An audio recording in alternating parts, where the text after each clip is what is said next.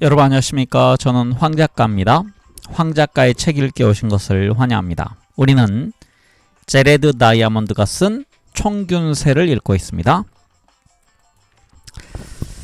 네, 오늘 읽을 부분은요, 작물화, 아직 그 가금화는 안 나왔고요, 동물을 어떻게 인간이 길들여 사육했는지, 인간의 삶에 도움을 주었는지 아직 안 나왔고, 지금 작물화가 지난 시간에 이어서 진행되고 있습니다. 네, 오늘은 8장입니다. 8장의 제목이요, 작물화 하는데 적합한 식물의 식별과 성패 원인이라고 되어 있습니다. 우리 책의 197쪽부터 읽어왔는데 오늘 상당히 긴 분량이 될 것 같습니다. 8장이 좀 깁니다. 네, 읽어갑니다. 사과의 작물화에 필요한 생태학적 조건을 본다면 북아메리카 농경민은 유라시아 농경민과 마찬가지였고, 북아메리카의 야생 사과도 유라시아 야생 사과와 마찬가지였다. 그러나 아메리카 원주민들은 북아메리카의 사과를 작물화하지 못했다. 문제는 원주민들에게 있었을까? 사과에 있었을까? 네, 소제목입니다. 야생 식물의 작물화 문제. 우리는 몇몇 지역의 사람들이 어떻게 야생식물들을 재배하기 시작했는지 살펴보았다. 그것은 그 사람들의 생활 방식은 물론이고 후손들의 역사적 입지에까지 뜻밖의 중대한 영향을 미친 사건이었다. 이제 다시 우리의 의문들로 돌아가 보자. 캘리포니아, 유럽, 온대 오스트레일리아, 적도 이남 아프리카와 같이 비옥하고 매우 적합한 지역에서 왜 농업이 독립적으로 시작되지 못했을까? 그리고 독립적으로 농업이 시작된 지역 중에서도 어째서 어떤 지역은 다른 지역보다 훨씬 더 일찍 시작되었을까? 이에 대해선 서로 대조적인 두 가지 설명이 얼른 떠오른다. 각 지역의 사람들이 또는 각 지역에 있는 야생 식물이 문제였다는 설명이다. 한편으로 지구상에서 물이 적당히 있는 온대나 열대지방이라면 거의 어디나 작물화에 적합한 야생 식물종이 충분히 있게 마련이다. 이 경우 그중 일부 지역에서 농업이 시작되지 않았다면 그곳 사람들의 문화적 특성 때문이라고 설명할 수 있을 것이다. 그러나 또 한편으로 지구상에서 웬만큼 넓은 지역이라면 그 속에는 작물화로 이어지는 각종 실험에 관심을 갖는 사람들이 조금이라도 있었을 것이다. 그렇다면 일부 지역에서 식량 생산이 발전하지 못했던 것은 적당한 야생 식물이 없었기 때문이라고 설명해야 할 것이다. 다음 장에서도 보게 되겠지만 대형 야생 포유류의 가축화에 대해서도 똑같은 문제가 제기될 수 있다. 그 경우에는 해당 동물종의 수가 식물에 비해 훨씬 적으므로 비교적 해결하기 쉽다. 가축화의 후보종으로 간주할 수 있는 대형 포유류, 즉 초식성이나 잡식성의 대형 야생 육서 포유류는 세계적으로 148종에 불과하다. 어느 특정한 포유류가 가축화에 적합한지를 결정하는 요인도 몇 가지밖에 안 된다. 그러므로 한 지역의 대형 포유류들을 모두 살펴보는 일, 그리고 일부 지역에서 포유류의 가축화가 이루어지지 못한 이유가 각 지역의 사람들 탓이 아니라 적합한 야생종이 없었기 때문이었는지를 확인하는 일도 간단하다. 그러나 이 접근 방법을 식물에 적용하기는 훨씬 더 어렵다. 지상식물 중에서 가장 많고 또 작물화된 야생식물의 거의 대부분을 차지하고 있는 야생 종자식물종이 너무 다양하기 때문이다. 자그마치 20만 종에 이른다. 이렇게 많은 야생식물종을 모두 검토하여 그 중에서 작물화할 수 있는 것이 몇 종이었는지를 판단한다는 것은 설령 캘리포니아와 같은 한 지역에 국한시키더라도 불가능한 일이다. 그러나 이제부터 그 문제를 극복하는 방법을 알아보기로 하자. 네, 다음 소제목은 자발적 식량 생산이 이루어지지 못한 지역들입니다. 종자식물이 그렇게 다양하다는 것을 처음 알았을 때 사람들은 지구상에 야생식물이 그렇게 많다니 기후만 적응한다면 어디든지 농작물로 개발할 만한 후보종들이 차고 넘쳤겠지 하고 반응했을 것이다. 그러나 야생식물의 대다수는 몇 가지 명백한 이유 때문에 애당초 작물화에 적합하지 않았다. 즉 목질로 이루어져 있고 먹을 수 있는 열매도 열리지 않고 잎이나 뿌리도 먹지 못하는 경우다. 총 20만 종의 야생식물 중에서 인간이 먹을 수 있는 것은 수천 종에 불과하다. 그 중에서 다소나마 현재까지 작물화된 것은 고작 수백 종에 지나지 않는다. 더구나 그 몇백 가지 농작물도 대부분은 우리의 식단을 약간 보완하는 정도일 뿐 그것만으로 문명의 발생을 뒷받침하기에는 부족했다. 현대 세계에서 모든 농작물을 통틀어 연평균 총 생산량의 80%를 책임지고 있는 농작물은 겨우 12종에 불과하다. 그 12종 중에서 곡물로는 밀, 옥수수, 벼, 보리, 수수, 콩류로는 메주콩, 뿌리 또는 덩이 줄기 작물로는 감자, 마니오크, 고구마, 설탕 공급원으로서 사탕수수와 사탕무, 과일로는 바나나가 있다. 이 중에서 곡류만 따지더라도 전 세계 인류가 소비하는 총 열량의 절반을 넘는다.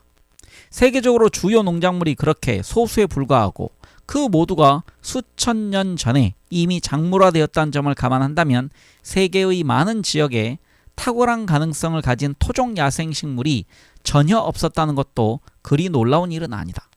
현대 와서도 새로 작물화된 주요 식물은 단 하나도 없다는 사실만 보아도 유용한 야생식물은 이미 고대인들이 거의 빠짐없이 살펴보았고 그 중에서 그럴 만한 가치가 있는 것들은 모조리 작물화했다는 것을 짐작할 수 있다.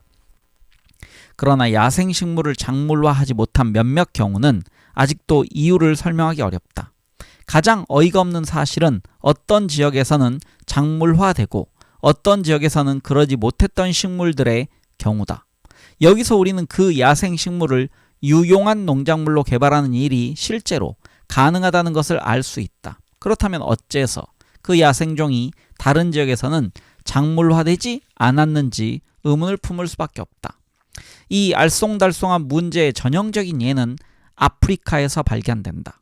중요한 곡물인 수수는 아프리카의 사헬지대, 구체적으로는 사하라 사막의 바로 남쪽에서 작물화되었다.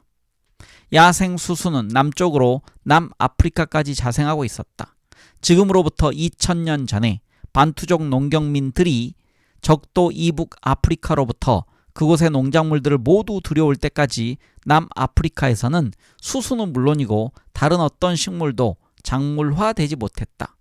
남아프리카의 원주민들은 왜 자력으로 수수를 작물화하지 않았을까? 그에 못지않게 의문이 생기는 경우는 사람들이 서유럽과 북아프리카에서 자생하던 아마와 발칸반도 남부에 자생하던 외톨미를 작물화하지 않는 점이다. 이 두 식물은 비옥한 초승달 지대에서 제일 먼저 작물화된 8종의 농작물에 포함되므로 모든 야생식물 중에서도 아마 작물화하기가 가장 쉬운 식물이었을 것이다. 그 식물들이 자생하던 비옥한 초승달 지대 바깥 지역들은 비옥한 초승달 지대에 식량 생산용 동식물들이 유입되자 모두 기다렸다는 듯이 그 식물들을 재배하기 시작했다. 그렇다면 이 지역의 사람들은 어째서 스스로 그 두 가지 작물 재배를 시작하지 않았을까? 마찬가지로 비옥한 초승달 지대에서 가장 먼저 작물화된 4종의 과일은 모두 그것이 처음 작물화되었던 것으로 보이는 지중해 동부에서 훨씬 먼 곳까지 자생하고 있었다. 올리브, 포도, 무화과는 서쪽으로, 이탈리아, 스페인, 서북 아프리카까지 분포했고 대추 야자는 북아프리카 전역과 아라비아까지 뻗어나갔다. 이 4종은 야생 과일 중에서도 작물화가 가장 쉬웠음이 분명하다. 그런데 비옥한 초승달 지대 바깥의 사람들은 어째서 그것들을 작물화하지 못하고 지중해 동부에서 이미 작물화되어 농작물로서 도입되고 나서야 비로소 재배하기 시작했을까? 그 밖에도 인상적인 사례들은 식량 생산이 자발적으로 시작되지 않은 여러 지역으로 다른 곳에서 가까운 동종식물들이 작물화되었는데도 그 지역에선 작물화되지 못한 야생종들이 있었던 경우다. 예를 들자면 학명이 올리비아 유로피아인 올리브의 일종은 지중해 동부에서 작물화되었다.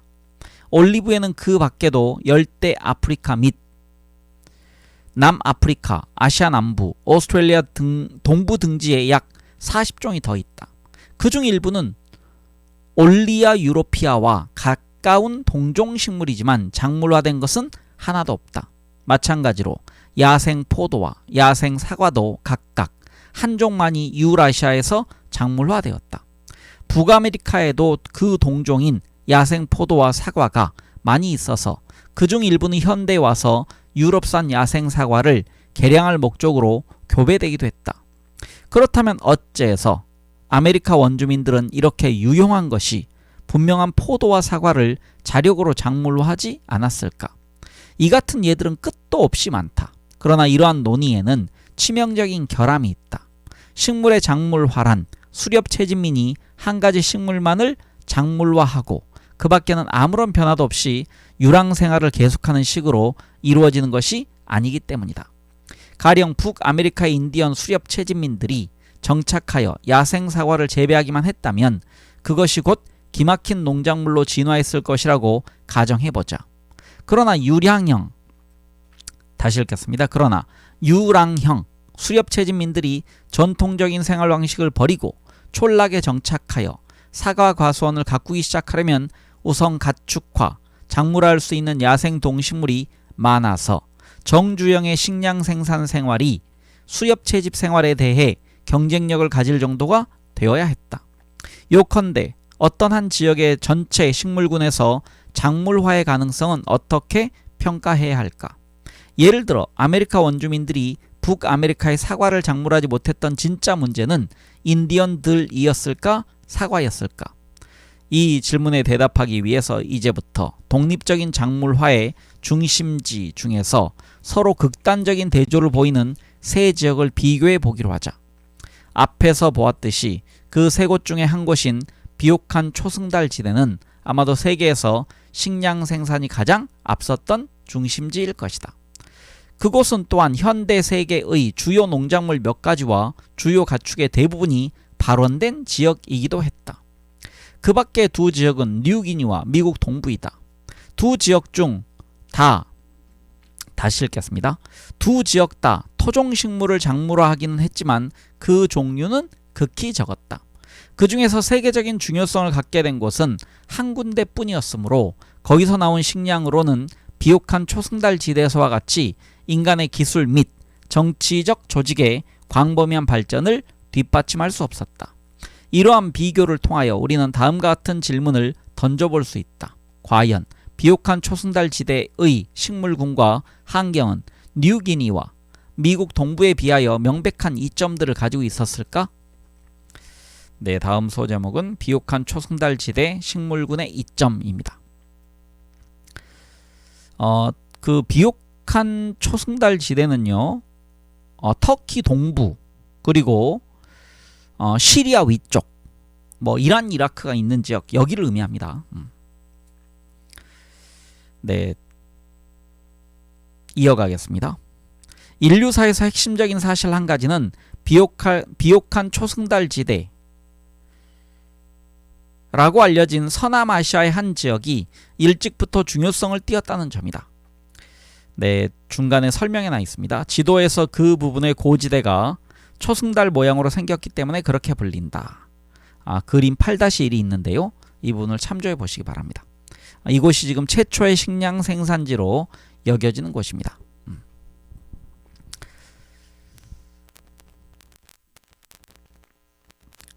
이어갑니다. 그 지역은 도시, 문자, 제국 그리고 우리가 좋든 싫든 문명이라고 부르는 것에 이르기까지 일련의 발전이 가장 먼저 일어났던 것으로 보인다.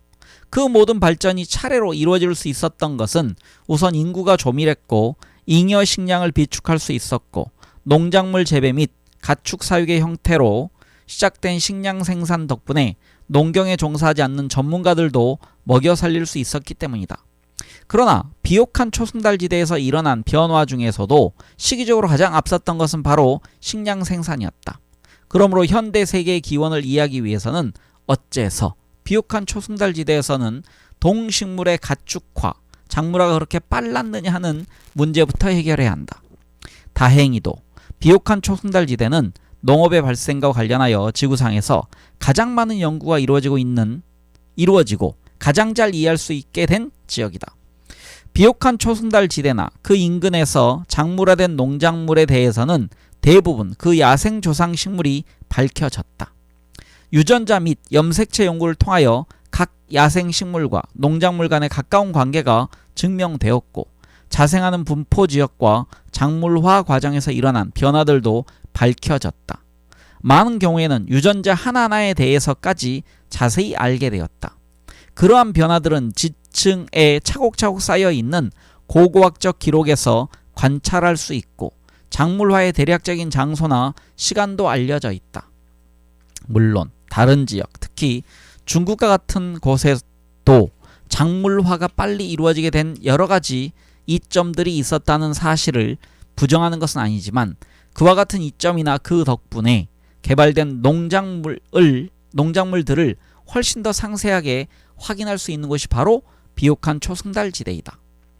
비옥한 초승달지대의 한 가지 이점은 그 지역이 겨울은 온난다습하며 여름은 길고 덥고 건조한 이른바 지중해성 기후대에 속한다는 점이다.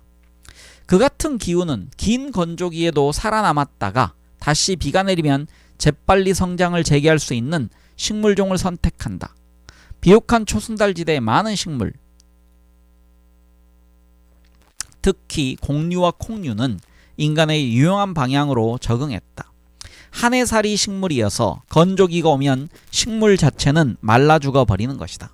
한 해살이 식물은 1년밖에 못 살기 때문에 초본의 크기가 작을 수밖에 없다. 그 대신 큰 종자를 만드는 데 많은 에너지를 투자하는 경우가 많다. 이 종자들은 건조기 동안 휴면기에 들어갔다가 비가 내리면 발아한다.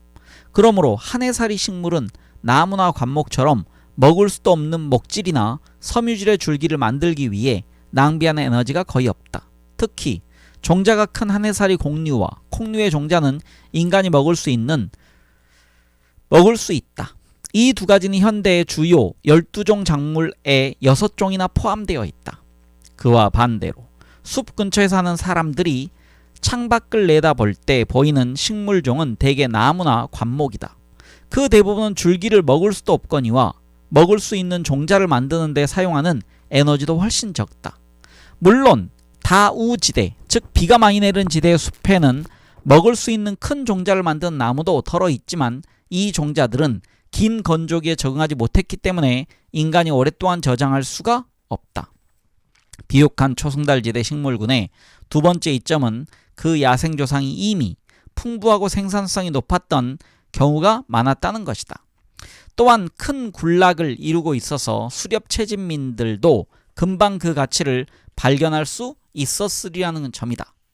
식물학자들은 만년 전에 수렵 채집민들이 했던 것처럼 그와 같은 자생 군락지에서 종자를 채취하는 실험을 해보았다. 그 결과는 해마다 1헥타르당 1톤에 가까운 종자를 수확할 수 있어서 겨우 1kcal의 노동량으로 자그마치 50kcal 열량을 거둘 수 있다는 것이었다. 해마다 짧은 시기 동안 그렇게 막대한 양의 야생 곡류를 수확하고 그때부터 남은 기간 동안은 비축된 식량으로 살아갈 수 있었으므로 비옥한 초승달지대의 일부 수렵 채집민들은 식물을 재배하기 전부터 이미 영구적인 촌락을 이루고 정착 생활을 시작했던 것이다. 비옥한 초승달지대의 곡류는 야생 상태에서도 그렇게 생산성이 높았기 때문에 재배가 시작된 후에도 많은 변화가 필요하지 않았다. 앞장에서 이미 논의했듯이 중요한 변화, 즉 자연적인 종자 분산 체계와 발화 억제 물질의 해체는 인간들이 그 종자를 밭에서 재배하기 시작하자 곧 신속하게 자동적으로 일어났다.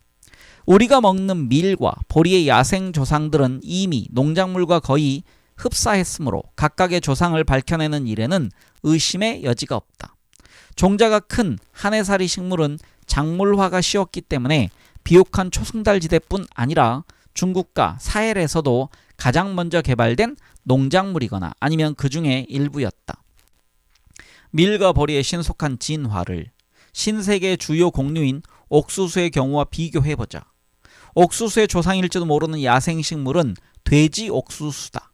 꽃의 구조와 종자가 지금의 옥수수와는 너무 딴판이어서 식물학자들 사이에서도 과연 이것이 옥수수의 조상인지에 대해서 지금껏 오랫동안 뜨거운 논쟁이 계속되고 있다.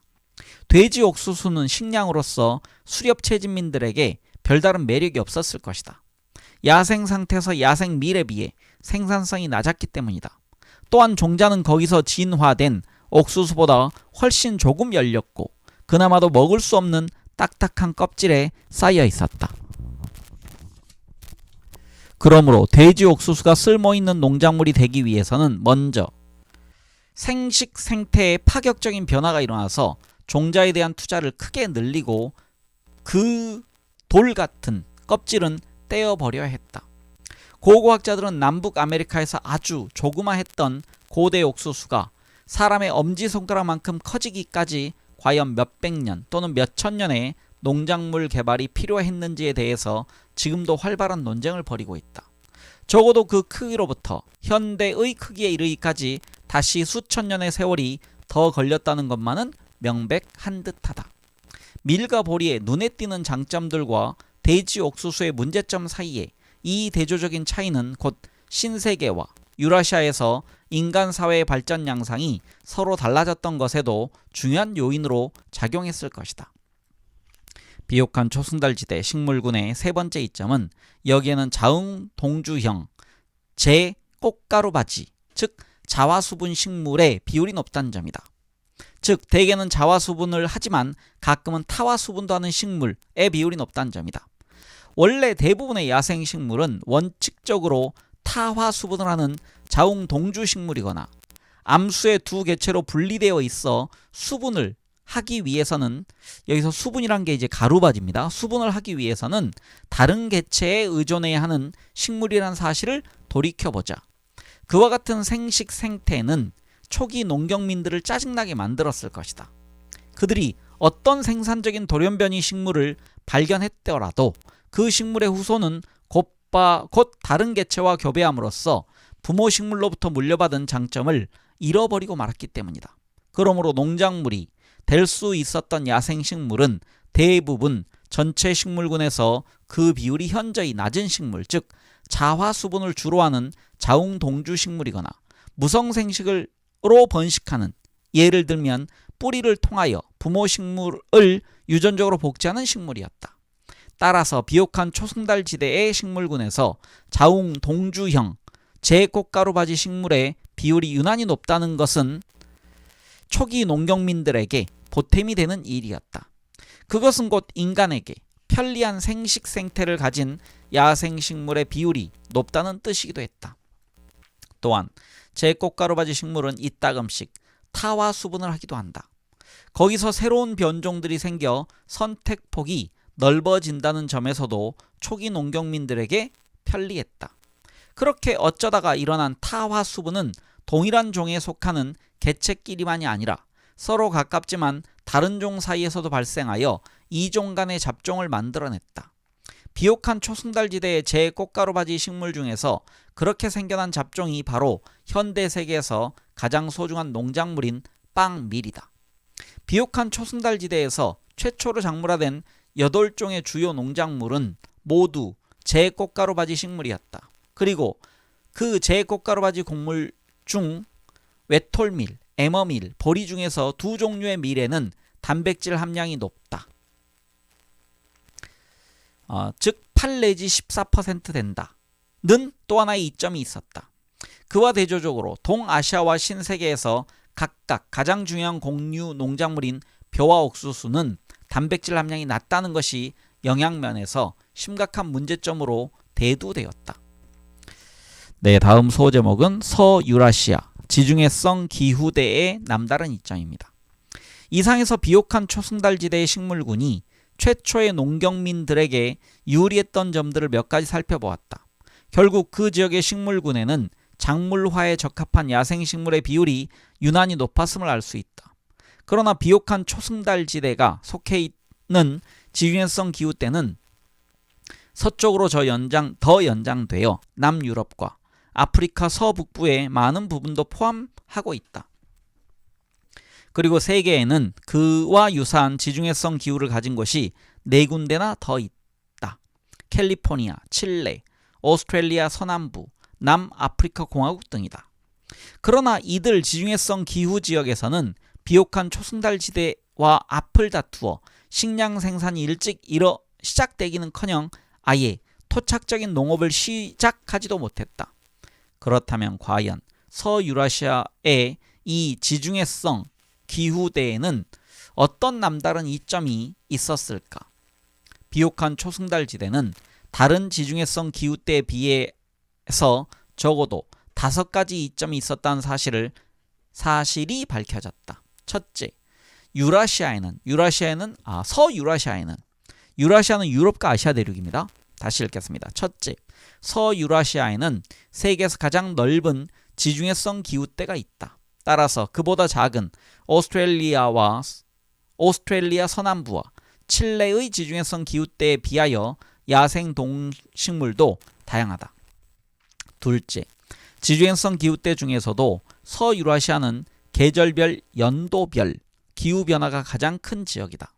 그러한 변화 때문에 그곳의 식물군도 진화하여 한해살이 식물의 비율이 유난히 커졌다.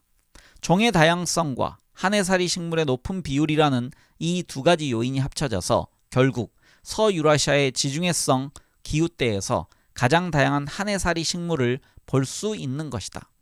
그렇게 식물이 풍부하다는 것이 인류에게 어떤 의미가 있었는지는 지리학자인 마크 블룸러가 연구한 야생 볕과 식물의 분포 상황을 보면 더욱 분명해진다. 블룸러는 세계에 존재하는 수천 종의 야생 볕과, 여기서 볕과는 벼가 속하는 과입니다. 다시 읽겠습니다. 블룸러는 세계에 존재하는 수천 종의 야생 볕과 식물 중에서 종자가 가장 큰 종 56종을 가려내어 일람표를 작성했다. 자연이 주는 최고의 선물이라고 할 수 있는 이 종들은 모든 볕과 식물의 중간값에 해당하는 종자보다 적어도 10배 이상 무거운 종자를 가진 것들이었다. 그런데 사실상 그 모든 원산지는 바로 지중해성 기후대거나 그 밖에도 계절에 따라 건조해지는 환경들이다. 더 나아가 이 식물들은 비옥한 초승달 지대를 비롯하여 서유라시아의 지중해성 기후대에 속하는 몇 지역에 집중적으로 몰려 있어 그곳의 초기 농경민들은 선택의 폭이 엄청나게 넓었던 셈이다.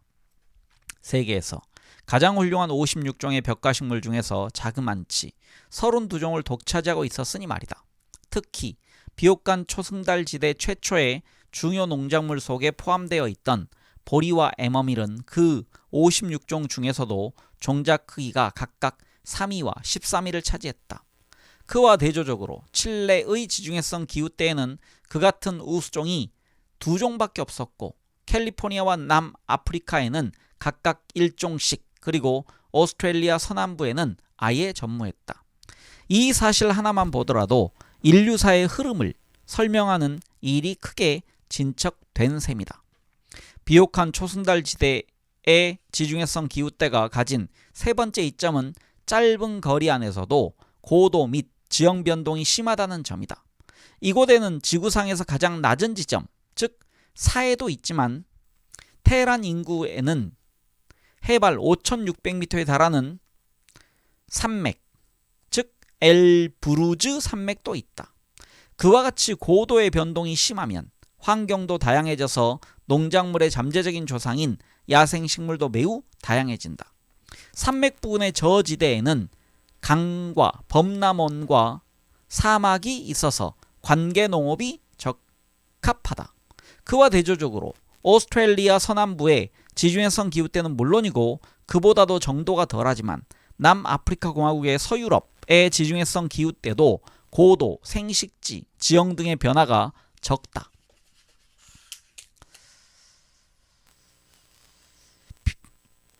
위에 표가 있어서요. 이 표는 조금 한번 책이 있는 분들은 보시기 바랍니다.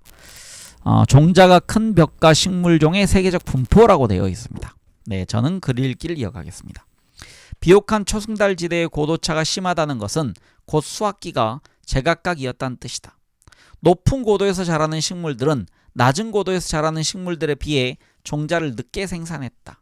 그래서 수렵채집민들은 곡물이 익는 속도에 따라 산 비탈을 올라가면서 수확할 수 있었다. 고도가 일정한 곳에서 자라 모든 곡물이 한꺼번에 연그는 바람에 수확기가 집중되어 쩔쩔 매는 일이 없었던 것이다.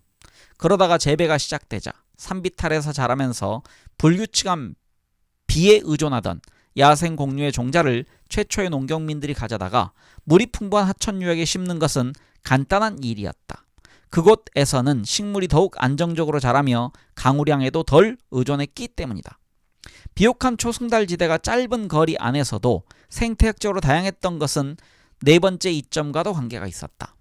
그것은 소중한 농작물의 야생조상뿐 아니라 가축화된 대형 포유류의 야생조상도 풍부했다는 점이다. 캘리포니아, 칠레, 오스트레일리아 서남부, 남아프리카 공화국 등지의 지중해성 기후대에는 가축화하기에 적합한 야생 포유류의 수가 적거나 아예 없었다. 그와 대조적으로 비옥한 초승달 지대에서는 대형 포유류인 염소, 양, 돼지, 소가 매우 일찍부터 가축화되었다. 개를 제외한다면 이 네 종은 전 세계를 통틀어 가장 먼저 가축화된 동물이었을 가능성이 많다. 오늘날에도 네 종의 동물은 전 세계에 가축화된 포유류 중에서 가장 중요한 5종에 포함된다. 그러나 그들의 야생조상이 가장 많이 분포했던 지역은 비옥한 초승달지대 안에서 각각 조금씩 달라서 그 네 종은 각각 다른 곳에서 가축화되었다. 양은 아마 중부였을 것이고 염소는 고도가 높은 동부의 이란 자그로스 산맥이나 서남부 레반트 지역, 돼지는 중북부, 소는 아나톨리아를 포함하는 서부에서였을 것이다. 여기서 지금 서남부 레반트 지역에 대한 설명을 읽겠습니다. 지중해 동부 연안의 시리아, 레바논, 이스라엘 등이라고 되어 있습니다. 이어갑니다. 이 네 종의 야생 조상이 많았던 지역은 그렇게 각각 달랐지만 그들은 모두 충분히 가까운 곳에 살았으므로 일단 가축화된 후에는 한 지역에서 다른 지역으로 쉽게 옮길 수 있었고 따라서 결국 네 종 모두 비옥한 초승달지대 전역에 퍼졌다. 비옥한 초승달지대의 농업은 초기에 작물화한 8종의 식물, 즉 창시작물과 함께 시작되었다. 창시작물이란 그 지역에 또 어쩌면 전 세계의 농업을 창시한 작물이라고 되어 있습니다. 그 8종의 창시작물은 곡류인 에머밀, 외톨밀, 보리와 콩류인 렌즈콩, 완두콩, 병아리콩, 쓴 살갈퀴, 그리고 섬유작물인 아마였다. 8종 중에서 비옥한 초승달지대와 아나톨리아 밖에서도 널리 자생하는 식물은 아마와 보리 두 가지뿐이다. 창시작물 중에서 2종은 분포 지역이 매우 좁아서 병아리콩은 터키 동남부에 국한되었고 에머밀은 비옥한 초승달지대에만 국한되어 있었다. 그래서 비옥한 초승달지대에서는 토종 야생식물만 작물화해도 충분히 농업을 시작할 수 있었다. 다른 곳에서 야생식물을 작물화시킨 농작물이 도착할 때까지 기다릴 필요가 없었던 것이다. 뒤집어 말하면 8종의 창시작물 중에서 2종은 비옥한 초승달지대 외에는 자생하지 않았으므로 다른 지역에서는 아예 작물화될 수 없었다는 뜻이다. 이렇게 적당한 야생 포유류와 식물이 있었기 때문에 비옥한 초승달지대의 옛사람들은 집약적인 식량 생산을 위한 우수하고 균형 잡힌 생물 조합을 금방 구성할 수 있었다. 그 조합에 포함된 3종의 곡류는 탄수화물의 주된 공급원이었고 4종의 콩류에는 각각 20에서 25%의 단백질이 함유되어 있었으며 4종의 가축은 단백질의 주된 공급원이 되었고 부족한 부분은 밀의 풍부한 단백질 함량으로 보완했다. 아마는 섬유와 기름의 공급원이었다. 여기서 기름 다음에요. 아마인유라고 하는데 아마의 씨는 40%가 기름이다 라고 설명이 되어 있습니다. 그리고 동물의 가축화와 식량 생산이 시작되고 나서 몇천 년이 지난 후 동물은 젖, 털, 쟁기질, 운송 등을 위해서도 이용되기 시작했다. 그리하여 비옥한 초승달지대에서 초기 농경민들의 농작물과 가축은 인간의 여러 가지 기본적인 경제적 필요를 두루 충족시키게 되었다. 여기서 경제적 필요는 탄수화물, 단백질, 지방, 의류, 견인력, 운송 등을 의미합니다. 비옥한 초승달지대에서 식량 생산이 일찍 시작되게 했던 마지막 이점은 지중해 서부 연안을 포함하는 다른 지역들과 달리 이 지역에서는 수렵 채집 생활의 경쟁력이 약했으리라는 점이다. 서남아시아에는 큰 강이 별로 없고 해안선도 짧아서 수산 자원, 즉 강과 연해 어패류가 비교적 빈약했다. 고기를 얻기 위해 많이 사냥했던 중요한 포유류 중에 하나가 가젤이었다. 이들은 원래 큰 무리를 이루고 살았지만 인류가 늘어나면서 남획되어 수가 줄어들었다. 그래서 곧 식량 생산용 동식물들이 수렵 채집용 동식물보다 우수해졌다. 또한 식량 생산이 시작되기 전에도 이미 공류에 기반을 둔 정주형 촌락들이 있었으므로 수렵 채집민들은 쉽게 농업과 목축 쪽으로 기울었다. 비옥한 초승달지대의 경우 수렵 채집에서 식량 생산으로 전환은 비교적 신속하게 이루어졌다. BC 9000년 전까지만 하더라도 사람들은 아직 농작물이나 가축을 전혀 갖지 못하여 전적으로 야생 먹거리에 의존했는데 BC 6000년경 이전에 일부 사회는 이미 농작물과 가축에 거의 완전히 의존하고 있었다. 중앙 아메리카의 상황은 이와 강하게 대비된다. 이 지역에는 가축할 수 있는 동물이 칠면조와 개 2종뿐이었다. 거기서 나오는 고기의 양은 소, 양, 염소, 돼지 등보다 훨씬 적었고 중앙 아메리카의 주식인 옥수수는 이미 설명했듯이 작물화 과정이 까다로워 아마도 발전 속도가 느렸을 것이다. 그래서 중앙 아메리카의 가축화 작물화는 BC 3500년경에 비로소 시작되었던 것으로 보인다. 이 연대는 아직도 매우 불확실하지만 최초로 가축과 작물을 개발한 이 사람들은 여전히 유랑 생활을 하던 수렵 채집민들이었고 정착 촌란이 생겨나기 시작한 것은 BC 1500년경에 이르러서였다. 네, 다음 소제목은 고대인들의 민족 생태학적 지식 활용입니다. 이상으로 비옥한 초승달지대에서 식량 생산이 일찍 시작될 수 있었던 여러 가지 이점들을 살펴보았지만 그곳 사람들에게 과연 남다른 점들이 있었는지에 대해서는 굳이 논의할 필요조차 없었다. 사실 내가 아는 한도 내에서 그 지역의 사막 생산용 다시 읽겠습니다. 그 지역의 식량 생산용 동식물이 그렇게 우수해진 까닭은 그곳 사람들이 어떤 생물학적 변별 특징 들을 지녔기 때문이라고 진지하게 주장하는 학자들은 없었다. 즉 사람이 똑똑해서 그렇게 된 건 아니란 얘기입니다. 지금까지 우리는 비옥한 초승달지대의 기후, 환경, 야생 동식물 등의 수많은 변별 특징들만으로도 충분히 납득할 만한 설명이 가능하다는 것을 확인할 수 있었다. 한편 뉴기니와 미국 동부에서 토착적으로 시작된 식량 생산용 동식물은 그 우수성이 많이 떨어졌다. 그렇다면 그 두 지역은 사람들에게 문제가 있었던 것일까? 그러나 이들 지역을 살펴보기 전에 우선 세계 각지에서 식량 생산이 독립적으로 발전하지 못했거나 발전하긴 했어도 그 동식물이 덜 우수한 지역과 관련 있는 두 가지 문제점을 검토해 보아야 한다. 첫째로 수렵 채집민이나 초기 농경민들은 과연 자기 지역의 야생종과 그 쓰임새에 대해 잘 알고 있었을까? 아니면 소중한 농작물이 될 수 있는 조상 동식물을 모르고 지나치기도 했을까? 둘째로 만약 그들이 토종 동식물들을 잘 알았다면 그들은 그 지식을 활용하여 가장 유용한 종들을 가축화, 작물화했을까? 아니면 어떤 문화적 요인 때문에 그렇게 하지 못했을까?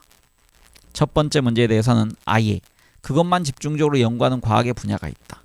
민족 생태학이라는 이 학문은 사람들이 자기 지역 환경의 야생 동식물에 대하여 가진 과학적인 지식 체계를 연구한다.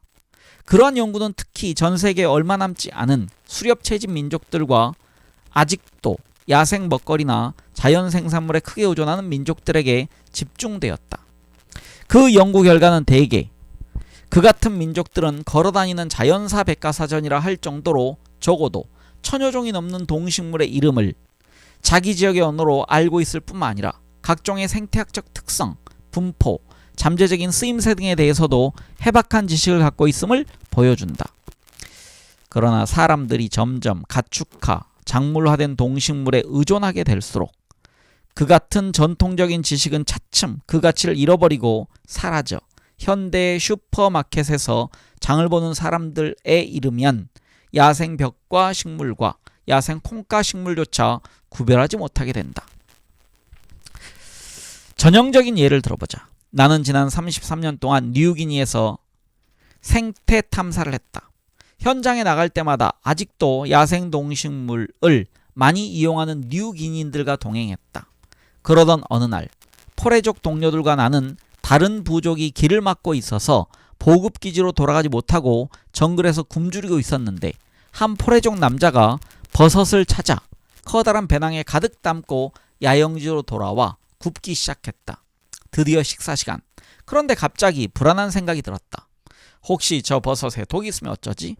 나는 포레족 동료들에게 일부 버섯에는 독이 있다는 말을 어디선가 들었고 안전한 버섯과 위험한 버섯을 구별하기가 어려워서 미국의 전문적인 버섯 채취인조차도 죽는 일이 많다는 이야기를 들었으므로 우리 모두가 배가 고프긴 하지만 굳이 위험을 무릅쓸 필요는 없다고 찬찬히 설명했다.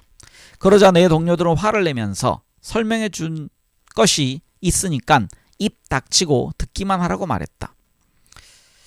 당신은 벌써 수십 년 동안 우리에게 수백 가지 나무나 새의 이름을 꼬치꼬치 캐묻고 다녔는데 어떻게 버섯의 이름도 모를 것이라면서 우리를 모욕할 수 있느냐?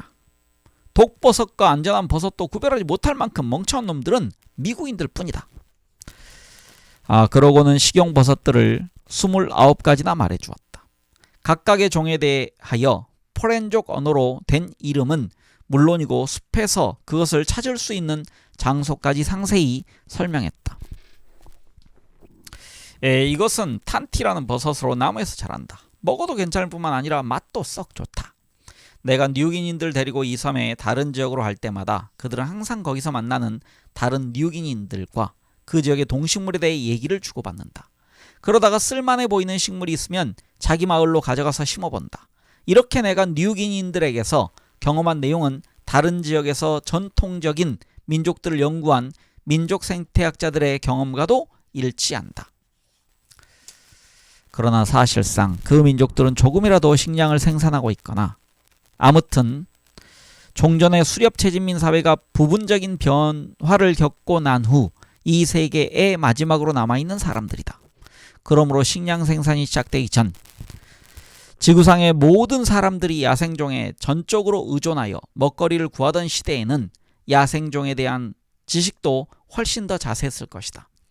최초의 농경민들은 생물학적 현생 인류가 자연계에 밀접하게 의존하여 살면서 수만 년에 걸쳐 축적한 지식을 그대로 물려받았을 것이다. 그러므로 야생종의 잠재적 가치가 최초의 농경민들의 눈에서 벗어났을 가능성은 지극히 희박해 보인다. 그 문제와 관련된 또 하나의 문제, 과연 고대의 수렵체진민과 농경민들도 그렇게 민족 생태학적 지식을 활용하여 야생식물을 선택하고 재배하게 되었겠냐는 것이다. 이에 대한 한 검사는 시리아의 유프라테스강 유역 가장자리에 있는 텔 아부 후레이라라는 고고학적 유적지에서 이루어졌다. 그 지역 사람들은 BC 만년에서 5천년에 이미 1년 내내 촌락생활을 했던 것으로 보이지만 그때까지는 아직 수렵체진민이었다. 농작물의 재배는 BC 9천년경 이후에 시작되었던 것이다. 고고학자인 고든 힐먼, 수잔 칼리지, 데이비드 해리스 등은 그 유적지에서 탄화된 다량의 식물 잔해를 발굴했는데 그것은 그곳에 거주하던 사람들이 다른 곳의 야생식물을 유적지로 왔다가 내버린 찌꺼기로 보였다. 여기서 탄화란 얘기는 불에 태워졌다는 얘기, 그슬러졌다는 얘기입니다. 이 과학자들은 700개 이상의 샘플을 분석했다. 각각의 샘플에는 70종이 넘는 식물에서 나온 평균 500알 이상의 확인 가능한 종자들이 들어있었다. 이 탄화된 종자들을 조사한 결과 현재로서 확인할 수 없는 사람들을 제외하고 다시 읽겠습니다. 현재로서 확인할 수 없는 식물들을 제외하고 확인된 식물들만 보더라도 그 유적지의 촐랑민들은 엄청나게 다양한, 즉 자그마치 157종의 식물을 채취했다는 것이 밝혀졌다.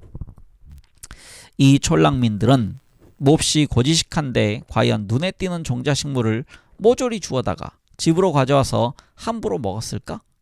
대부분의 종에는 독이 들었고 먹을 수 있는 식물은 극소수에 불과했을 텐데 그들은 그렇게 어리석지 않았다.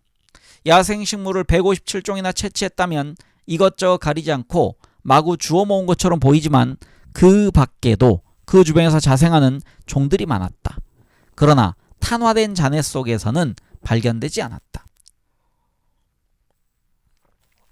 선택된 157종은 세 부류로 나누어진다. 그중 많은 종은 독이 없어서 즉시 먹을 수 있다.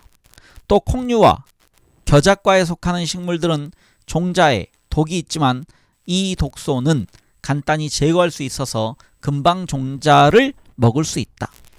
그리고 몇 가지는 전통적으로 염료나 약품의 공급원으로 사용되던 식물의 종자였다. 이 선택된 157종에서 발견되지 않은 야생종들은 그 지역에서 가장 독성이 강한 잡초들을 포함하여 인간들에게 쓸모가 없거나 유해한 종들이었다. 그러므로 텔 아부 후레이라의 수렵 채집민들은 야생식물을 닥치는 대로 주워 모으면서 시간을 낭비하거나 스스로 위험을 무릅쓰지 않았던 것이다. 그들은 분명히 현대 뉴기닌들의 못지않게 토종 야생식물들을 잘 알고 있었으며 그 지식을 활용하여 가장 유용한 종자식물들만을 선택하여 집으로 가져왔다. 그러나 이렇게 채취한 종자들은 곧 식물의 작물화를 향한 무의식적인 첫 단계의 재료가 되었을 것이다.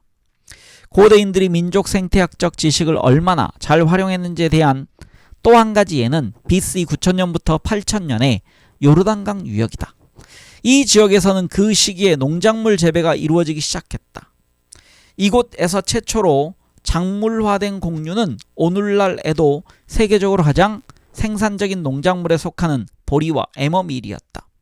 그러나 텔 아부 후레이라에서 그랬듯이 이 부근에도 종자가 열리는 수백 종의 야생식물이 자랐을 것이다. 그 중에서 100종 이상은 먹을 수 있어서 식물의 작물화가 시작되기 전에도 사람들이 채취했을 것이다. 그런데 그들은 무엇 때문에 보리와 에머밀을 최초의 농작물로 만들었을까? 요르단강 유역 최초의 농경민들이 식물에 대해 무지했기 때문일까? 아니면 그들이 선택할 수 있는 토종 야생 곡류 중에서 실제로 보리와 에머밀이 가장 좋은 것들이었기 때문일까? 이스라엘의 과학자 오버 바르 요제프와 모르데카이 키슬레프는 바로 이 문제에 덤벼들어 오늘날에도 요르단강 유역에서 자생하고 있는 야생 벽가식물들을 조사했다. 종자가 너무 작거나 맛이 없는 종들은 제외하고 그들은 이 벽가식물 중에서 가장 맛있고 종자가 큰 23종을 출연했다. 그 속에는 물론 보리와 에머밀도 끼어 있었다. 그러나 그 두 가지를 제외한 21종의 후보는 모두 똑같이 유용하지는 않았다. 전체 23종 중에서 보리와 에머밀이 여러 가지 기준에서 최선이었음이 밝혀졌다. 종자가 가장 큰 것은 에머밀이고 보리가 그 다음이었다. 야생 상태에서 보리는 23종 중에서 가장 풍부하게 자생하는 4종에 포함되고 에머밀은 중간 정도다. 그리고 보리는 그 유전학적 형태학적 특성 때문에 앞장에서 논의했던 종자 분산이나 발화 억제물의 측면에서 신속하게 유용한 변화를 일으킬 수 있다. 그러나 에머밀에도 이에 상당한 장점들이 있다. 에머밀은 보리보다 효율적으로 수확할 수 있으며 곡류 중에서 특이하게도 종자와 껍질이 밀착되지 않는다. 그 밖에 21종이 가진 단점 중에는 종자가 작다는 것, 물량이 풍부하지 않을 경우가 많다는 것, 그리고 일부는 한 해살이가 아니라 여러 해살이 식물이어서 설령 재배하더라도 진화가 느릴 수밖에 없다는 것 등이었다. 그러므로 요르단강 유역 최초의 농경민들은 이용 가능한 야생 벽가식물 가운데 가장 좋은 23종 중에서도 다시 가장 좋은 그 종을 선택했던 것이다. 물론 종자 분산과 발화 억제 물질에 생긴 진화적 변화는 최초의 농경민들도 전혀 예상치 못한 결과였을 것이다. 여기서 지금 중간 설명이 있습니다. 종자 분산과 발화 억제물에 생긴 괄호 열고요. 재배하기 시작한 이후에 라고 되어 있습니다. 그래서 넣어서 읽을까요? 물론 종자 분산과 발화 억제물에 생긴 재배하기 시작한 이후의 진화적 변화는 최초의 농경민들도 전혀 예상치 못한 결과였을 것이다. 그러나 처음에 그들이 다른 곡류를 내버려 두고 보리와 에머미를 채취하고 집으로 가져와서 재배하기 시작한 것은 의식적인 선택으로 종자의 크기, 맛, 풍부한 물량 등 쉽게 확인할 수 있는 요소들을 기준으로 삼은 선택이었다. 델 아부 후레이라의 사례와 마찬가지로 요르단강의 사례도 최초의 농민들이 토착종에 대한 상세한 지식을 유용하게 활용했다는 것을 보여준다. 그 지역의 토종식물에 대해 당시에 그들만큼 잘 알고 있는 사람들은 현대의 전문적인 식물학자들 중에서도 손꼽을 정도일 것이다. 따라서 그러한 그들이 작물화에 적합한 쓸모있는 야생 작물종을 재배하지 않고 빠뜨렸을 가능성 거의 없다고 보아야 한다. 네, 다음 소제목은요. 고지대 뉴기니인들의 토착적 식량 생산의 한계라고 되어 있습니다. 이제부터는 식량 생산이 토착적으로 시작되기는 했지만 비옥한 초승달 지대의 식량 생산 체계에 비하면 분명히 결함이 있었던 두 지역, 즉 뉴기니와 미국 동부의 농경민이 다른 곳으로부터 더 생산적인 농작물이 들어왔을 때 어떤 반응을 보였는지 살펴보자. 만약 그런 농작물들이 어떤 문화적 또는 기타 요인들 때문에 받아들여지지 않았다면 우리의 의심은 사라지지 않을 것이다. 다시 말해서 지금까지의 논의에도 불구하고 각 지역의 야생 식물군 속에는 소중한 농작물이 될 가능성이 충분한데도 그 지역 농경민의 어떤 문화적 요인 때문에 활용되지 않은 식물이 있을지도 모른다고 의심할 수밖에 없다는 것이다. 또한 이 두 지역의 사례에서 우리는 역사에서 매우 중요한 한 가지 사실, 즉 세계 각지의 토종 농작물을 생산성 면에서 동일하지 않았다는 것도 자세히 확인할 수 있을 것이다. 뉴기니는 전 세계에서 그린란드 다음으로 큰 섬이며 오스트레일리아 바로 북쪽에 적도 가까이에 있다. 이렇게 열대지방에 자리잡고 있으며 지형과 생식지가 매우 다양하기 때문에 비록 섬인 탓으로 대륙의 열대지방에 비하면 뒤떨어지긴 해도 동식물이 풍부한 편이다. 뉴기니에는 적어도 4만 년 동안 사람들이 살았다. 이것은 남북 아메리카에 비하면 훨씬 긴 기간이며 서유럽의 해부학적 현생 인류가 살기 시작한 기간에 비하더라도 조금 더 길다.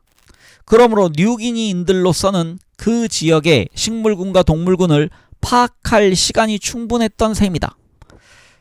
그렇다면 그들에게는 이 지식을 적용하여 식량 생산을 발전시킬 만한 동기가 있었을까? 이미 언급했듯이 식량 생산을 시작한 데에는 식량 생산 생활과 수렵 채집 생활 사이에 경쟁이 일어나기 마련이다. 그런데 뉴기니에서는 식량 생산의 동기가 생기지 않을 만큼 수렵 채집의 보상이 크지 않았다.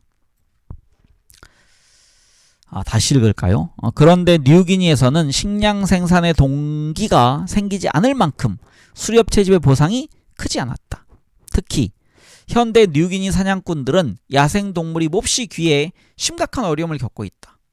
토종 육서동물 중에서 가장 큰 것은 체중 45kg에 날지 못하는 화식조 같은 새와 2.3kg 정도의 캥거루가 고작이다. 여기서 화식조에 대한 설명은요. 화식조과의 거대한 새이며 키는 약 1.5m이고 날개가 퇴화했다. 네, 이렇게 되어 있습니다.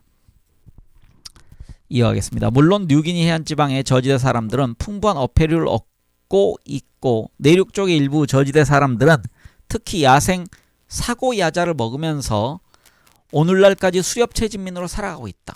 그러나 뉴기니의 고지대에서 아직도 수렵채집민으로 살아가는 민족은 하나도 없다. 현대의 고지대 사람들은 모두 농경민이며 야생 먹거리는 다만 식단을 보완하기 위해서 활용할 뿐이다. 고지대 사람들이 사냥을 하기 위해 숲으로 들어갈 때는 밭에서 기른 채소를 식량으로 가져간다. 만약 이 식량이 다 떨어지는 불상사가 발생한다면 그 지역의 야생 먹거리에 대하여 해박한 지식을 갖고 있는 그들도 속절없이 굶어 죽을 수밖에 없다.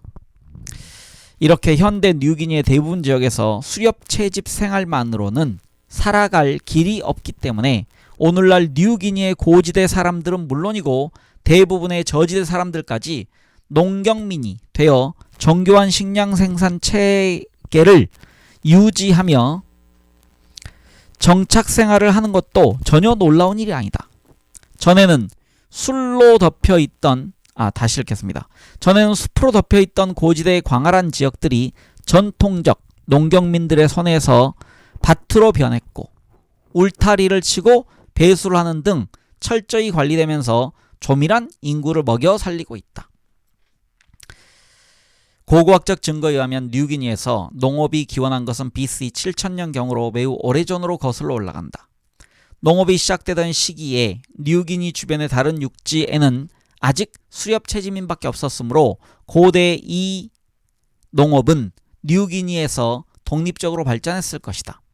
초창기의 밭에서 농작물로 확신할 만한 잔해가 발굴된 적은 없었지만 그 속에는 유럽인이 이주하기 시작할 때까지 뉴기니인들이 재배하고 있던 그리고 뉴기니의 야생 조상들로부터 작물화되었다고 밝혀진 농작물들이 일부나 포함되어 있었을 것이다. 이와 같은 토종 작물 중에서 가장 중요한 것은 현대 세계 주요 농작물인 사탕수수이다. 오늘날 사탕수수의 연평균 생산량은 2위와 3위의 농작물, 즉 밀과 옥수수를 합친 생산력과 거의 맞먹는다. 그 밖에도 뉴기니 원산임이 확실한 농작물에는 오스트랄리무사, 바나나라고 불리는 바나나류, 카나리움 인디쿰이라는 경과수, 늪지대의 대형 타로토란, 그리고 먹을 수 있는 다양한 풀줄기, 뿌리, 녹색 채소 등이 있다. 빵나무와 뿌리 작물인 참마 및 일반적인 타로토란도 뉴기니에서 작물화되었을 가능성이 있다. 다만 그 야생조상은 뉴기니에만 국한되지 않고 뉴기니에서 동남아시아까지 두루 분포되어 있으므로 확실한 결론을 내릴 수는 없다. 현재로서는 이 두 작물이 전통적으로 추정했던 것처럼 동남아시아에서 작물화되었느냐, 아니면 뉴기니에서도 독립적으로 작물화되거나 뉴기니에서만 작물화되었느냐 하는 문제를 풀어줄 만한 증거가 없는 상황이다. 그러나 뉴기니의 생물상, 즉 한 지역 또는 시대의 동식물 전체, 즉 동식물과 식물군을 통칭하는 개념에는 세 가지 심각한 취약점이 있었다. 첫째, 비옥한 초승달 지대, 사헬지대 등지에서는 다시 읽겠습니다. 첫째, 비옥한 초승달 지대, 사헬, 중국 등지에서는 매우 중요한 곡류가 몇 종이나 작물화되었는데 뉴기니에서는 한 종도 작물화되지 못했다.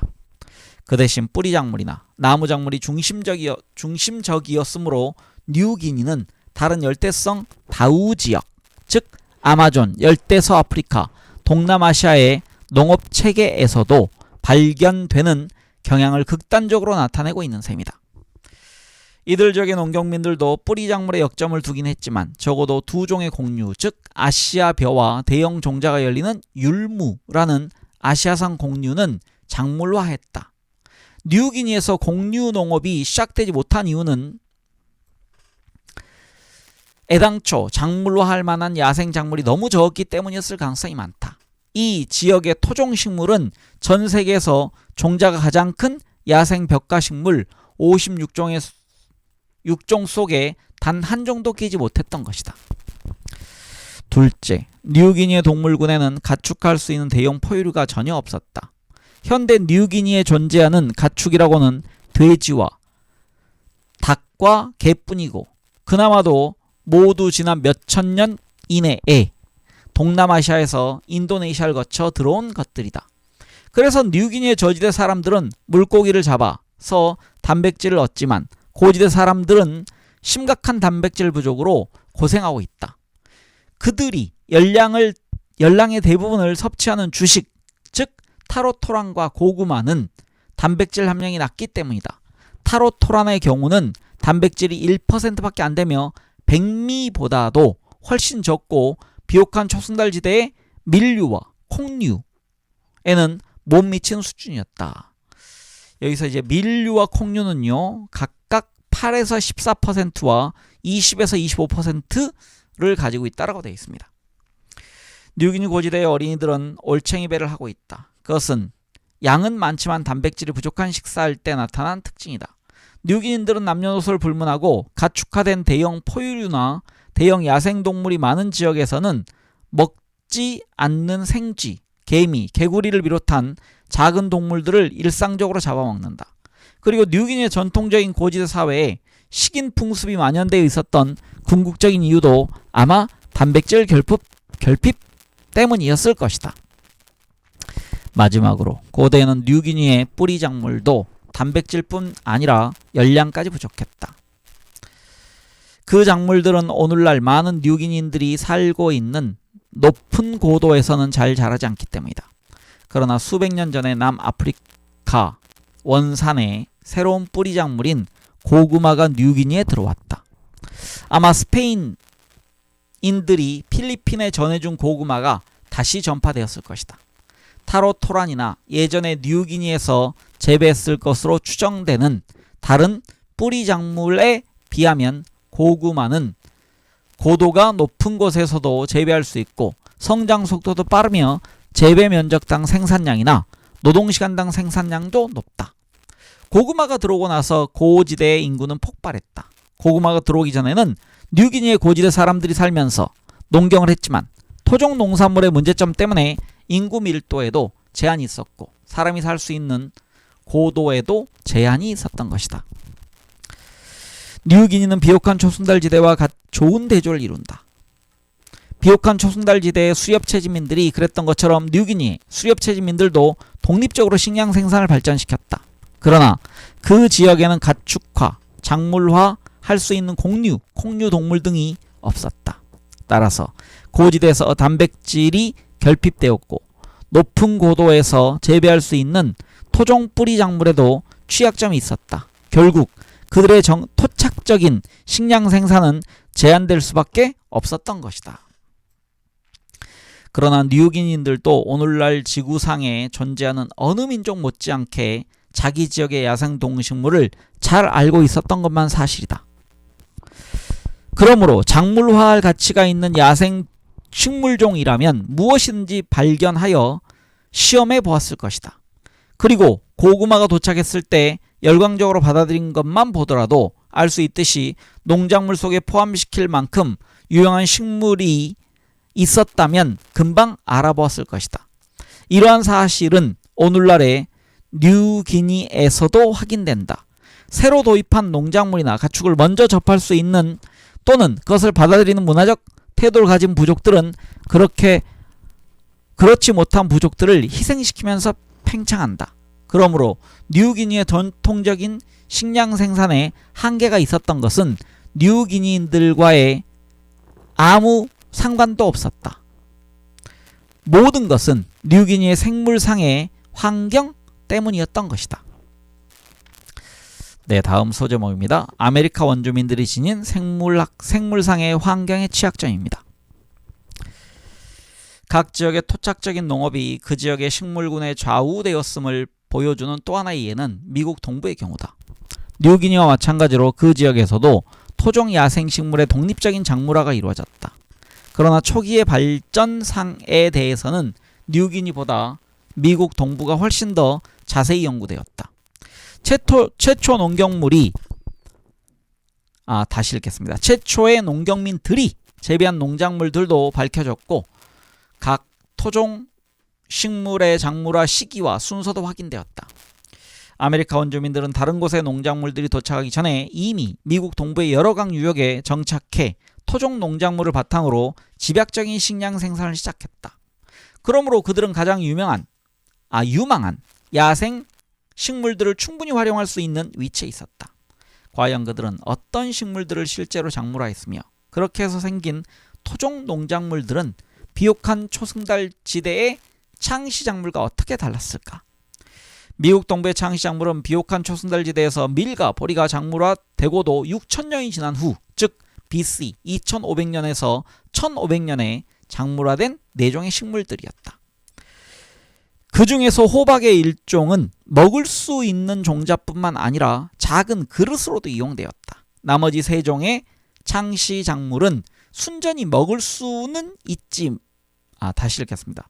순전히 먹을 수 있는 종자 때문에 재배되었다. 즉 해바라기, 데이지의 친척인 썸프위드, 그리고 시금치의 먼 친척발인 명아주, 이렇게 되어 있습니다. 그러나 씨앗작물 4종과 그릇작물 1종만으로는 완전히 식량 생산 체계라고 말하기 어렵다. 그래서 이 4종의 창시작물은 2000년 동안이나 식단을 조금 보완한 정도로만 이용되었을 뿐이다. 미국 동부 아메리카 원주민들은 주로 야생 먹거리, 특히 야생 포유류와 물새류, 어패류, 견과류 등에 의존하며 살았다. 그러다가 먹거리를 장만하는 주된 수단이 농경으로 바뀐 것은 3가지 씨앗작물, 마디풀, 메이그래스, 작은 보리, 이 3가지 씨앗작물이 재배되기 시작한 BC 500년에서부터 2000년경 사이의 일이었다. 미국 동부의 7종의 농작물에 대해서는 영양학자들도 찬사를 아끼지 않을 것이다. 이 작물들은 모두 단백질 함량이 높았다. 밀은 8에서 14%, 옥수수는 9%, 보리와 백미는 자그만치 17에서 32%나 되었던 것이다. 그 중에서 해바라기와 썸프위드 2종은 기름도 많았다. 즉 45에서 47%. 특히 썸프위드는 단백질 32%에 기름 45%였으므로 영양학자들에게는 꿈의 식품이라고 할 수 있을 정도였다. 그런데 왜 우리는 지금 그 같은 꿈의 식물들을 먹지 않을까? 이 작물들은 영양면에서는 더 바랄 나위가 없지만 안타깝게도 다른 측면에서는 심각한 단점들을 가지고 있기 때문이다. 명아주, 마디풀, 작은 보리, 메이그래스 등은 밀이나 보리의 10분의 1 정도밖에 안 될 정도로 종자가 너무 작았다. 더구나 썸프위드는 풍매 수분을 하면서 풍매란 얘기는 바람이 매개체 역할을 한다는 얘기입니다. 다시 읽겠습니다. 더구나 썸프위드는 풍매 수분을 하면서 건초열을 일으키는 식물로 악명이 높은 데이지풀의 친척이다. 여기서 건초열은요, 꽃가루로 인한 알레르기성 염증이라고 되어 있습니다. 데이지풀처럼 썸프위드의 꽃가루도 군락지를 형성하고 있는 곳에서는 건초열을 일으킨다. 그런데 썸프위드를 재배하고 싶다는 생각이 싹 사라지지 않는다면 썸프위드에서는 일부 사람들에게 불쾌감을 주는 강한 냄새가 나고 만지면 피부에 염증이 생긴다는 사실도 상기하자. AD 1년 이후 드디어 몇 개의 교역로를 통해 멕시코의 농작물이 미국 동부로 들어오기 시작했다. 옥수수는 AD 200년경에 도착했지만 그 후로도 여러 세기 동안은 중요한 역할을 담당하지 못했다. 그러다가 AD 900년경에는 북아메리카의 짧은 여름에 적응한 새 변종이 나타났고 (1100년경에는) 누에콩이 도착하면서 마침내 옥수수, 누에콩, 호박이라는 멕시코산 3대 작물이 완성되었다. 그때부터 미국 동부의 농경은 크게 활성화되었고 미시시피 강과 지류들을 따라 인구가 조밀한 추장 사회들이 생겨났다. 일부 지역에서는 훨씬 생산적인 멕시코산 3대 작물과 함께 토종 작물도 존속했지만 대부분 지역에서는 완전히 3대 작물로 교체되고 말았다. 그래서 인디언들의 밭에서 썬푸이드가 자라는 것을 본 유럽인은 아무도 없었다. 유럽인들이 남북 아메리카를 식민지화하기 시작한 1492년 무렵에는 이미 농작물로서의 썬푸위드는 사라지고 없었기 때문이다. 고대 미국 동부의 특산 작물 중에서 해바라기와 동부 호박 단 두 종만이 다른 곳에서 작물화된 농작물들과 경쟁할 수 있었고 오늘날까지도 재배되고 있다. 현대의 도토리 호박과 여름 호박도 수천 년 전에 작물화된 이 미국산 호박에서 나온 것들이다.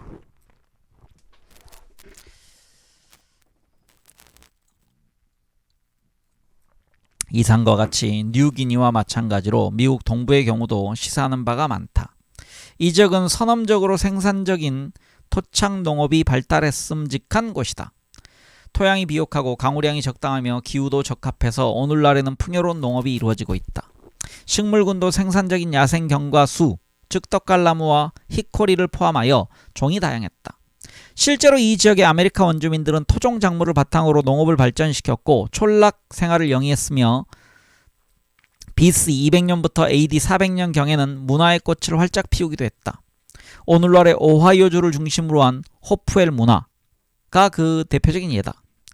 그들은 수천 년 동안이나 자기 지역에서 가장 유용한 야생식물을 잠재적인 농작물로 활용할 수 있는 위치에 있었던 셈이다. 그렇지만 호프웰 문화가 꽃핀 시기는 비옥한 초승달 지대에서 촌락 생활이 시작되고 나서 거의 9,000년이 흐른 뒤였다. 그리고 이른바 미시시피 문화는 아메리카 원주민들이 이룩한 것으로는 멕시코 이북에서 가장 규모가 큰 도시와 복잡한 사회를 낳았는데 이 경우도 멕시코산 3대 작물이 더욱 큰 규모의 인구 폭증을 촉발시켰던 AD 900년 이후의 일이었다. 그러나 그 인구 폭증은 너무 늦게 찾아왔으므로 미국의 아메리카 원주민들은 마치 유럽의 식민지화라는 임박한 재앙에 대비할 겨를이 없었다. 미국 동부 농작물을 바탕으로 한 식량 생산만으로 인구 폭증을 촉발하기에 불충분했던 그 이유는 간단하다. 이 지역의 야생 공유는 말과 보리의 유용성과 비교할 수도 없었다. 미국 동부의 아메리카 원주민들은 그 지역의 야생 콩류, 섬유식물, 과실수나 경과수 등을 작물로 하지 못했고 개 이외에는 가축화한 동물도 없었다. 그나마도 아마 북아메리카의 다른 지역에서 가축화되었을 것이다. 미국 동부의 아메리카 원주민들도 분명히 주변의 야생종들 중에서 중요한 작물이 될 만한 것들을 빠뜨리지 않았다. 현대과학으로 무장한 20세기의 품종 개량자들조차도 북아메리카의 야생식물을 개발하는 데는 별로 성공을 거두지 못했다. 물론 피칸을 경과수로, 블랙베리를 과실수로 작물화하고 사과, 서양자두, 포도, 나무딸기, 블랙베리, 딸기 등 유라시아의 몇 가지 과실작물을 북아메리카의 야생 친척과 교배시켜 개선한 것은 사실이다. 그러나 이 몇 차례의 성공이 우리의 식습관에 일으킨 변화는 AD 900년 이후 멕시코의 옥수수가 미국 동부에 살던 아메리카 원주민의 식습관에 일으킨 변화에 비할 바가 못된다. 미국 동부산 작물에 대해 가장 잘 아는 농경민들은 바로 그 지역의 아메리카 원주민들이었다. 멕시코산 3대 작물이 도착하자 그들은 동부산 작물을 포기하거나 그 비중을 감소시키는 선택을 했다. 그러한 결과는 곧 아메리카 원주민들이 문화적 보수주의 따위에 구애받지 않았으며 좋은 식물을 보면 높이 평가할 줄 알았다는 증거다. 그러므로 뉴기니와 마찬가지로 미국 동부에서도 토착적 식량 생산의 취약점은 아메리카 원주민 때문이 아니라 전적으로 아메리카의 생물상과 환경 때문이었다 할 수 있다. 네, 다음 소제목은 척박한 환경에 둘러싸인 수렵 채집민들의 식량 생산입니다. 지금까지 우리는 식량 생산이 토착적으로 시작된 지역이면서도 서로 대조적인 세 곳의 예를 살펴보았다. 비옥한 초승달지대는 한쪽 극단에 속하고 뉴기니와 미국 동부는 반대쪽 극단에 속한다. 비옥한 초승달지대의 여러 민족들은 훨씬 일찍부터 토종식물을 작물화했다. 그들은 훨씬 더 많은 종들을 작물화했고 훨씬 더 생산적이거나 소중한 종들을 작물화했다. 또한 농작물의 유형들도 훨씬 다양했고 집중적인 식량 생산을 발전시켰고 조밀한 인구를 더 빨리 증가시켰다. 결과적으로 근대에 들어오면서 더 진보된 기술, 더 복잡한 정치 조직, 그리고 다른 민족들을 감염시킬 수 있는 더 많은 유행병을 갖게 되었다. 우리는 비옥한 초승달지대, 뉴기니, 미국 동부 사이의 그러한 차이점들이 각 지역의 민족이 가진 취약점이 아니라 야생 동식물의 차이에서 비롯되었음을 확인했다. 다른 지역에서 더 생산적인 농작물이 들어왔을 때 뉴기니의 경우에는 고구마, 미국 동부의 경우에는 멕시코산 3대 작물, 이런 농작물들이 들어왔을 때 각 지역의 사람들은 신속하게 그 농작물을 활용했고 식량 생산을 강화했으며 인구를 크게 증가시켰다. 이러한 현상을 더 연장시켜 본다면 캘리포니아, 오스트레일리아, 아르헨티나의 팜파스, 서유럽처럼 식량 생산이 토착적으로 시작되지 못한 지역에는 가축화 작물화에 적합한 야생 동식물이 뉴기니나 미국 동부보다도 더 적었다고 말할 수 있을 것이다. 이 두 지역에서는 제한적이나마 어쨌든 식량 생산이 시작되었기 때문이다. 실제로 이 장에서 언급된 마크 블룸러의 연구, 즉 종자가 큰 벽과 식물에 대한 전 세계적인 조사와 다음 장에서 보게 될 각 지역의 대형 포유류에 대한 전 세계의 조사는 앞서 언급한 여러 지역의 가축화, 작물화할 만한 동물이나 공류가 부족했다는 사실을 보여준다. 식량 생산의 시작에는 식량 생산과 수렵 채집 사이에 경쟁이 개입되어 있었다는 사실을 돌이켜보자. 그렇다면 식량 생산이 매우 늦어졌거나 아예 시작되지 못한 지역들의 경우 그것은 가축화 작물화에 적합한 동식물이 유난히 적었기 때문이라기보다는 수렵하고 채집할 만한 동식물 자원이 유난히 많았기 때문이었을지도 모른다는 의심이 생길 수도 있다. 그러나 토착적인 식량 생산이 늦게 시작되거나 아예 시작되지 못한 지역들의 대부분은 수렵 채집민들에게 풍요롭기는커녕 오히려 척박한 환경에 둘러싸여 있었다. 오스트레일리아와 남북 아메리카에서는 유라시아나 아메리카와 달리 다시 읽겠습니다. 유라시아나 아프리카와 달리 빙하기 말기 무렵의 대부분의 대형 포유류가 멸종되었기 때문이다.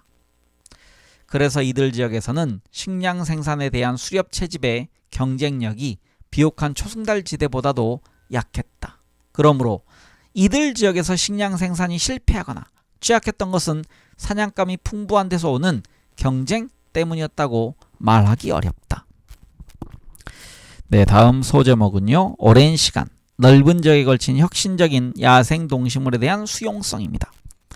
이러한 결론들이 잘못 이해되는 경우를 피하기 위해서 이 장을 마치기 전에 먼저 두 가지 사항, 즉 사람들이 더 나은 농작물과 가축을 어떻게 받아들였는가 하는 수용성과 각 지역의 야생 동식물에 대한 제한을 너무 과장해서 보지 않도록 단서를 달아야겠다. 그러한 수용성이나 제한은 결코 절대적인 것이 아니다. 우리는 이미 여러 지역의 민족들이 다른 지역에서 작물화된 더 생산적인 농작물을 받아들인 사례들을 검토해 보았다. 그리고 대체적인 결론은 사람들이 유용한 식물을 식별할 수 있다는 것.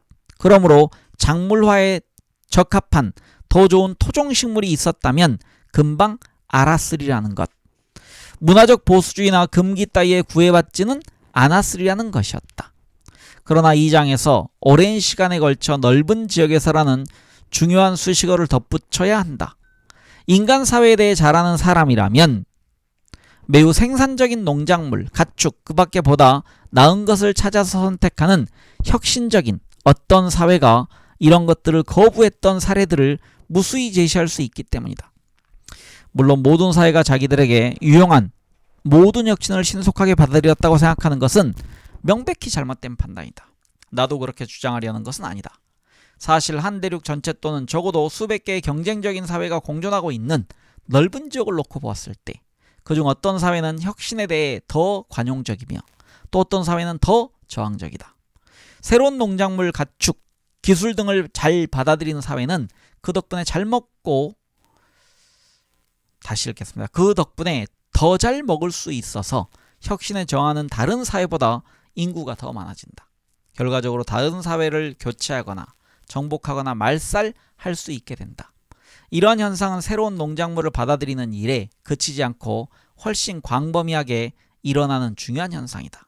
이에 대해선 제13장에서 다시 살펴보게 될 것이다. 또 하나의 단서는 각 지역의 야생 동식물이 식량 생산의 발생을 제한한다는 점에 관련되어 있다. 실제로 현대에 이르기까지 식량 생산이 시작되지 않았던 여러 지역에 대해 나는 그들 지역에서는 절대로 아무리 긴 시간이 흘러도 결코 식량 생산이 시작될 수 없었다고 주장하지는 않는다.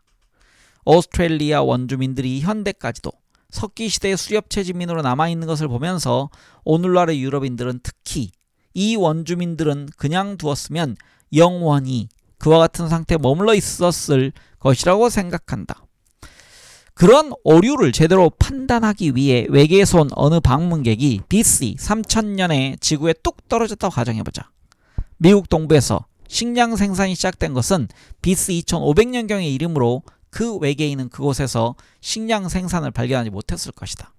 그러나 만약 BC 3000년에 이 방문객이 야생 동식물의 취약점 때문에 미국 동부에서는 영원히 식량 생산이 시작될 수 없을 것이라는 결론을 내렸다면 그 이후 일어난 사건들로 인하여 그의 판단은 빗나가고 말았을 것이다.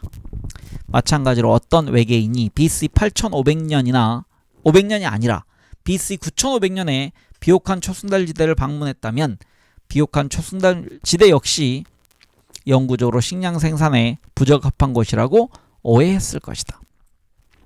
나는 캘리포니아, 오스트레일리아, 서유럽 등 토착적인 식량 생산이 시작되지 않은 지역들의 가축화, 작물화할 만한 동식물이 전혀 없었다고, 따라서 외부의 가축, 작물이나 민족들이 들어오지 않았다면 언제까지나 수렵채지민들밖에 없었을 것이라고 주장하는 것이 아니다. 다만 각 지역은 가축화, 작물화할 수 있는 동식물의 종수에서 큰 차이를 보였다는 것, 그에 따라 식량 생산이 시작된 시기도 달랐다는 것, 그리고 오늘날의 비옥한 지역들 중에서도 일부 지역은 근대에 이르기까지 아직 식량 생산이 시작되지 않았을 뿐이라는 것을 지적할 따름이다. 이러한 내용은 가장 후진적인 대륙이라는 오스트레일리아에서 잘 드러난다. 오스트레일리아 남부는 물이 풍부하여 이 대륙에서 식량 생산에 가장 적합한 지역이다. 최근 몇천 년 동안 이 지역의 원주민 사회가 발전해온 궤적을 살펴본다면 결국 언젠가는 토착적인 식량 생산이 시작되었을 것으로 보인다. 원주민들이 이미 월동용 촌락을 만들고 있었다. 그리고 물고기, 통발, 그물, 심지어 긴 운하까지 만들어 고기잡이를 위한 환경을 철저히 관리하기 시작했다. 만약 1788년부터 유럽인들이 오스트레일리아에 이주하기 시작하여 그 같은 독립적인 궤적을 중단시키지 않았다면 오스트레일리아 원주민들은 그로부터 몇천 년 이내에 식량 생산자가 되어 가축화된 물고기를 양어장에서 기르고 작물화된 오스트레일리아산 참마나 종자가 작은 벽과 식물들을 재배했을 것이다. 이러한 관점에서 봤을 때 우리는 이제 이 장의 제목에 내재되어 있는 문제에 답변할 수가 있다. 앞에서 나는 북아메리카 인디언들이 북아메리카산 사과를 작물화하지 못한 이유가 인디언 때문이었느냐 아니면 사과 때문이었냐는 질문을 던졌다. 그렇다고 북아메리카에서는 사과가 절대로 작물화될 수 없었을 것이라는 뜻은 아니다. 사과를 번식시키려면 접목법이라는 까다로운 기술이 필요하다. 역사적으로 봤을 때 사과는 유라시아에서도 재배하기가 가장 어려운 과실수였으므로 주요 농작물 중에서 작물화가 가장 늦어진 편에 속했다는 사실을 돌이켜보자. 비옥한 초승달 지대나 유럽에서 사과가 대규모로 재배되었다는 증거는 그리스의 고대에 와서 비로소 나타난다. 이는 유라시아에서 식량 생산이 시작된 시기로부터 다시 8000년이 흐른 후였던 것이다. 만약 아메리카 원주민들도 그와 같은 속도로 접목법을 발명하거나 습득했다면 결국에는 북아메리카에서 식물의 작물화가 시작된 BC 2500년경으로부터 약 8000년 후인 AD 5500년경에 사과를 작물화했을 것이다.